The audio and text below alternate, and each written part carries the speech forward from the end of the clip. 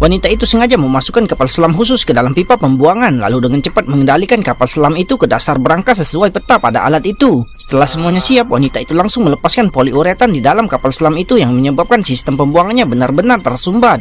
Ketika penjaga itu melihat air limbah di toilet mengalir di seluruh lantai, ia bersiap untuk memberitahu bagian pemeliharaan agar datang untuk melakukan perbaikan. Penjaga itu tidak tahu bahwa ini adalah jebakan mereka. Rekan setim wanita itu menyadap panggilan pemeliharaan yang dilakukan oleh penjaga itu, sehingga mereka bisa berpura-pura menjadi pekerja pemeliharaan dan masuk ke dalam gedung berangkas. Lalu memanfaatkan ketidakpedulian penjaga itu, tiba-tiba membuka katup gas mekanisme pertahanan berangkas itu. Tapi agar aman, mereka bertiga mengenakan masker gas dan langsung menyambungkan pipa gas itu ke sistem ventilasi seluruh gedung. Meskipun semua orang di dalam perlahan pingsan, mereka tetap tidak berani bersantai sama sekali karena gas tersebut hanya bisa bertahan selama 30 menit. Ketika mereka hanya tinggal selangkah lagi untuk membuka pintu berangkas, seorang penjaga yang mengenakan masker gas dan memegang senapan tiba-tiba menemukan mereka. Untuk menghindari terdembak, mereka hanya bisa mengikuti instruksi penjaga dan berbaring di dinding. Namun untungnya pria itu mematikan saklar lampu dan menyerang penjaga itu, lalu melepaskan masker penjaga yang membuatnya pingsan.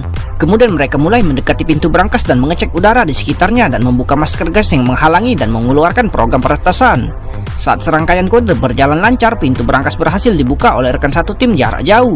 Namun mereka tidak memilih untuk mencuri emas di dalamnya setelah memasuki berangkas karena tongkat berlian langka adalah tujuan mereka kali ini. Namun ada sensor tekanan di bawah tongkat tersebut, begitu beratnya berubah itu akan langsung memicu mekanisme dan alarm. Jadi rekan satu tim akhirnya menghitung berat tongkat kerajaan itu menjadi 3,14 kg berdasarkan panjang, lebar, dan tinggi tongkat tersebut. Setelah mendengarkan, sang kapten dengan cepat menyamakan beratnya dan kemudian dengan kerjasama diam-diam dari ketiga orang itu mereka berhasil mengeluarkan tongkat kerajaan langka.